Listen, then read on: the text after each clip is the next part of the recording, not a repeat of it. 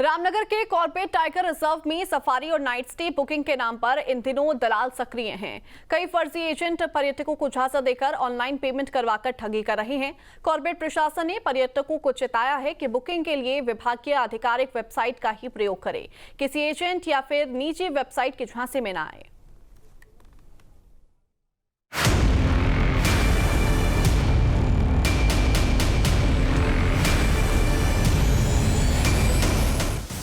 रामनगर के Corbett tiger reserve में safari और नाइट स्टे बुकिंग के नाम पर इन दिनों एजेंट सक्रिय है।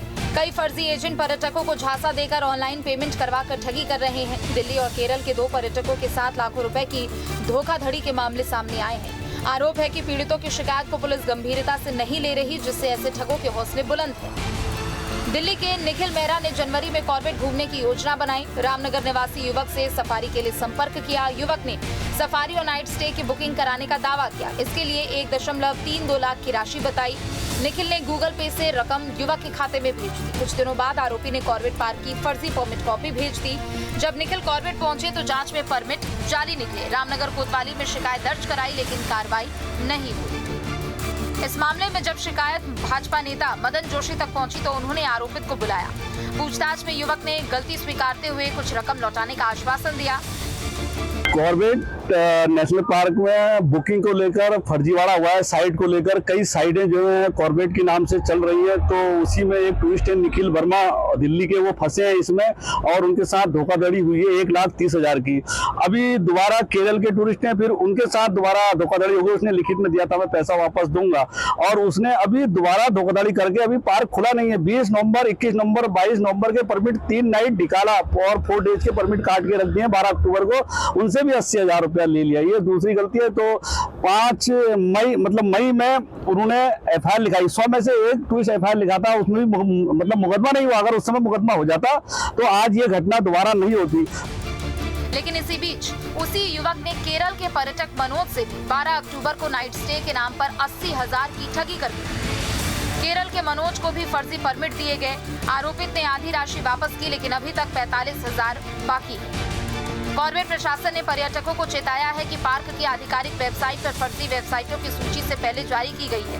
पर्यटकों को सलाह दी गई है कि वे बुकिंग के लिए केवल विभागीय आधिकारिक वेबसाइट का ही उपयोग करें, किसी एजेंट और निजी वेबसाइट के झांसे में न आए। एक प्रकाश में मामला आया हमारे, जिसमें कि कोई एक ट्रैवल एजेंट है क्षेत्र के, उसने कुछ जो यहाँ पर पर्यटक आते हैं उनके साथ कुछ पैसे का लेन देन में कुछ हेराफेरी का शिकायत की गई है। वो शिकायत उन्होंने पुलिस में भी की है। हमारे द्वारा स्पष्ट निर्देश दिए गए हैं कि अगर कोई ऐसा मामला सामने आता है जिसमें कोई पुलिस इंक्वायरी हो या कोई मुकदमा दर्ज किया जाए, तो उसको पार्क के नियमों के अनुसार भी उस व्यक्ति के खिलाफ सख्त कार्रवाई की जाएगी। हमने पॉलिसी बनाई है कि अगर कोई ऐसी साइट है जिसमें कि ये भ्रम पैदा होता है कि कॉर्बेट के ऑफिशियल साइट है, तो उनको नोटिस दिया जाता है। उनको अपनी साइट में स्पष्ट रूप से लिखना होगा कि ये कॉर्बेट की ऑफिशियल साइट नहीं है, और अगर कोई इस चीज़ को नहीं फॉलो करता तो फिर उस साइट के खिलाफ जो है कार्रवाई वो हम करते हैं। कॉर्बेट टाइगर रिजर्व घूमने से पहले पर्यटक सतर्क रहे। बुकिंग केवल मान्यता प्राप्त माध्यम से ही करें, जिससे यात्रा रोमांचक के साथ साथ सुरक्षित भी बनी रहे।